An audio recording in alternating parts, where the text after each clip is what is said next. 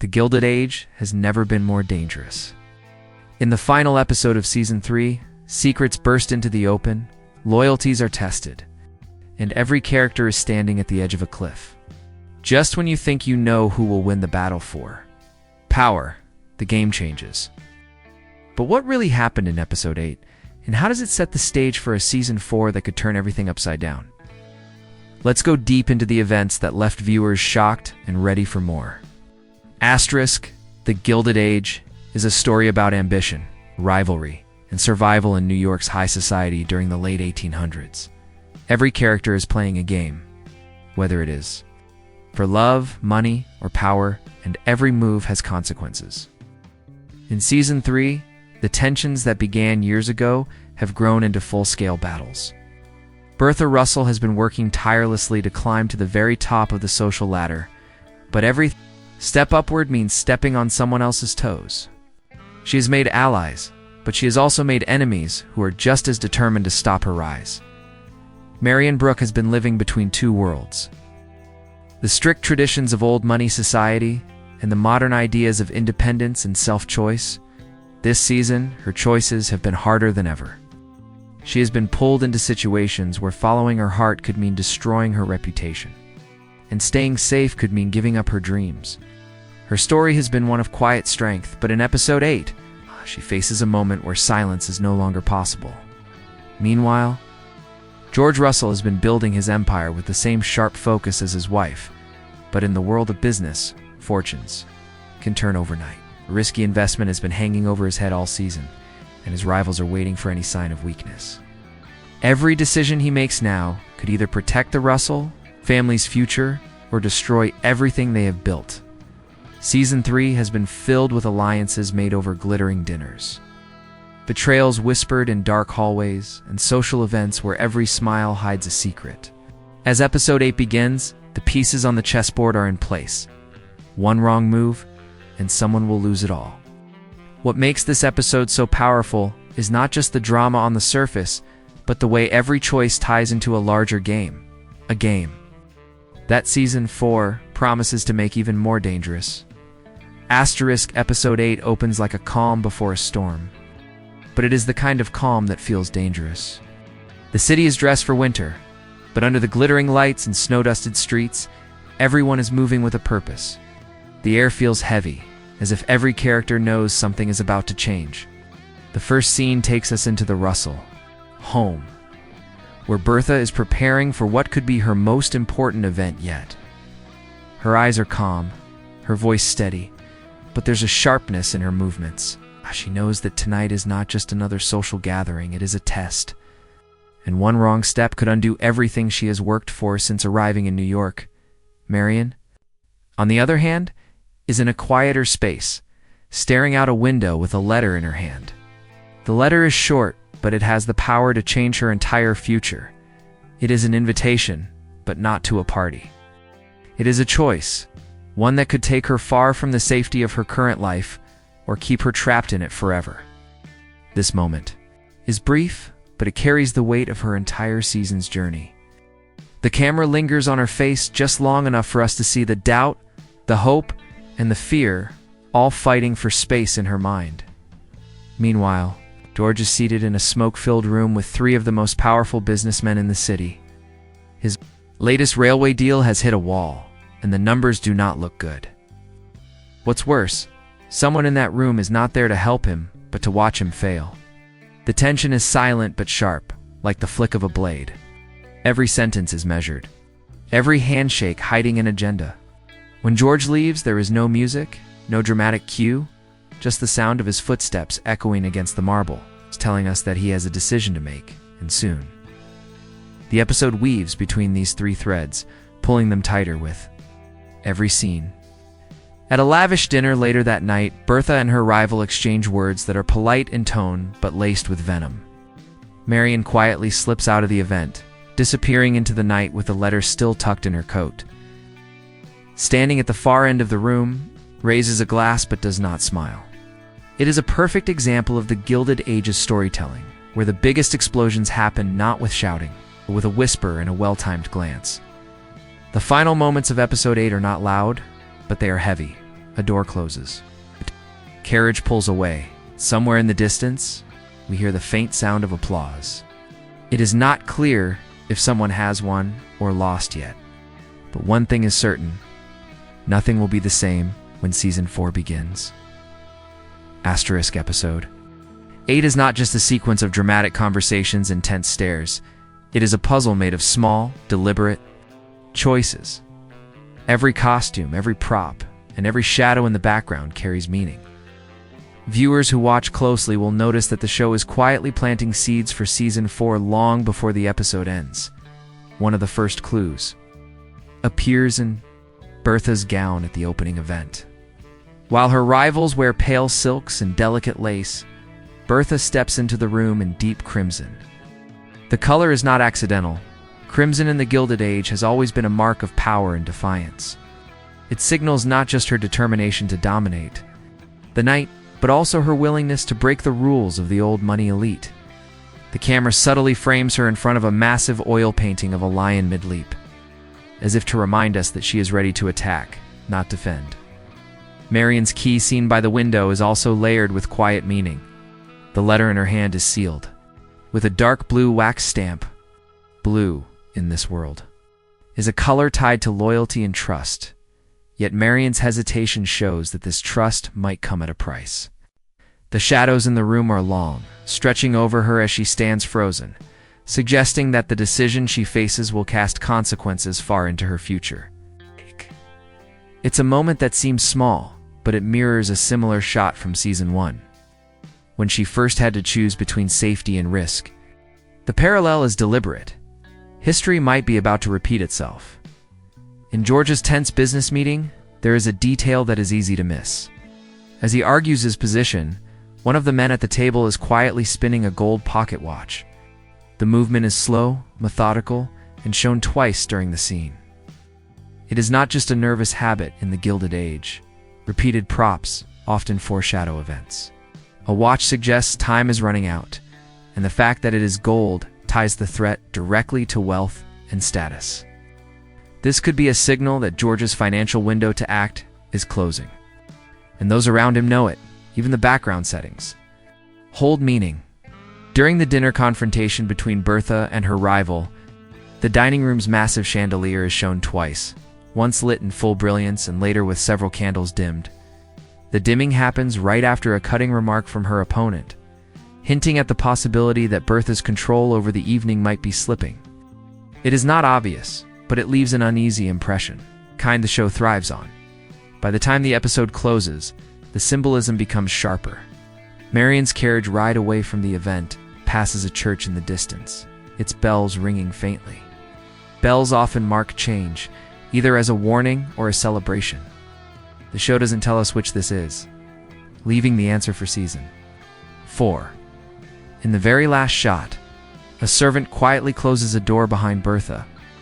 The sound is crisp, final, and heavy with implication. Doors in this series have always been more than doors. They are thresholds. And this one might mean that a new era, for better or worse, has just begun. Asterisk the season for trailer wastes no time from the very first frame. It feels like the air is heavier, the stakes sharper, and the game far more dangerous. It opens on a sweeping shot of Fifth Avenue under a gray winter sky, the snow falling thick and fast. The streets are lined with carriages, but there's no festive sparkle here. Instead, the tone is colder, almost metallic, as if the city itself is holding its breath. This is not the glamorous New York we've been used to. This is a battlefield dressed in diamonds. The next image is quick, but powerful, Bertha stepping out of her carriage in a gown unlike anything she's worn before. It's black, sleek, and severe, trimmed with only the faintest line of silver. Black in the Gilded Age is never just mourning, it's strategy. It's a declaration that she's playing a different kind of game now, one that is less about dazzling and more about dominating. Her gaze is forward, her jaw locked, so she's already decided exactly who will win this season. Marian's trailer moments are quieter, but more unsettling. We see her in a bright, sunlit room, her hand resting on a half-packed suitcase. Light is warm, but her expression is not. This single image raises endless questions. Is she leaving New York? Is she walking away from the life she has been forced into? Or is she stepping into something even riskier? The suitcase is not just luggage. It's a symbol of choice. And in this series, choice always comes at a cost. Then the trailer cuts to George, standing on the deck of an unfinished railway bridge. The wind is fierce, the river below frozen in patches. His coat flaps sharply in the gusts, and behind him workers shout over the roar of machinery. This is George in his element. Construction, progress, power. But the bridge is only half complete, and that is no accident. It is a visual metaphor for his season ahead, a project half-built, a plan at risk, and the possibility that someone might be trying to stop it from ever being finished. The pace of the trailer begins to quicken. You see a masked ball, but the masks are not playful. They're elegant, strange, and slightly ominous, hinting that in Season 4, more than one person will be hiding their true face. There's a flash of Bertha's rival whispering to a senator in a candlelit corridor, a glimpse of Marian on the steps of a courthouse. And then, in a moment that lasts barely a second, George slams his hand down on a desk, his wedding ring. Catching the light, the final image before the title card is Bertha, alone in a massive hall, turning slowly toward the camera. Her face is unreadable, but her voice is clear as she says, "No one keeps me waiting." It's the perfect ending to a trailer that makes one thing clear. Season 4 is not about who has the most money or the grandest home. It's about who can hold their ground when the city turns against them. And from the looks of it, that fight is just getting started. Asterisk, the season for trailer doesn't just tease events. It drops breadcrumbs that, when pieced together, paint a dangerous and unpredictable path forward.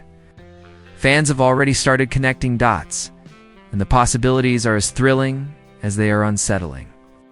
One of the biggest theories surrounds Bertha's transformation. Her shift to wearing black in the trailer isn't just a change in fashion, it signals a calculated reinvention. Some believe she's preparing for a ruthless political move, perhaps aligning with a faction that could give her influence far beyond the drawing rooms of New York society. Others think the black gown hints at the downfall of one of her closest allies, and that this season, her greatest challenge will come not from her rivals, but from someone within her own circle. Marian's suitcase moment has sparked just as much speculation. One theory is that she is leaving for Europe, possibly to pursue a love interest we've yet to meet. Another, more dramatic idea is that she is running from a scandal, something that would force her to abandon her carefully maintained balance between old and new money worlds. The suitcase could also mean she's about to take a stand, walking away from the safe but suffocating life expected of her, even if it means cutting ties with everyone she knows.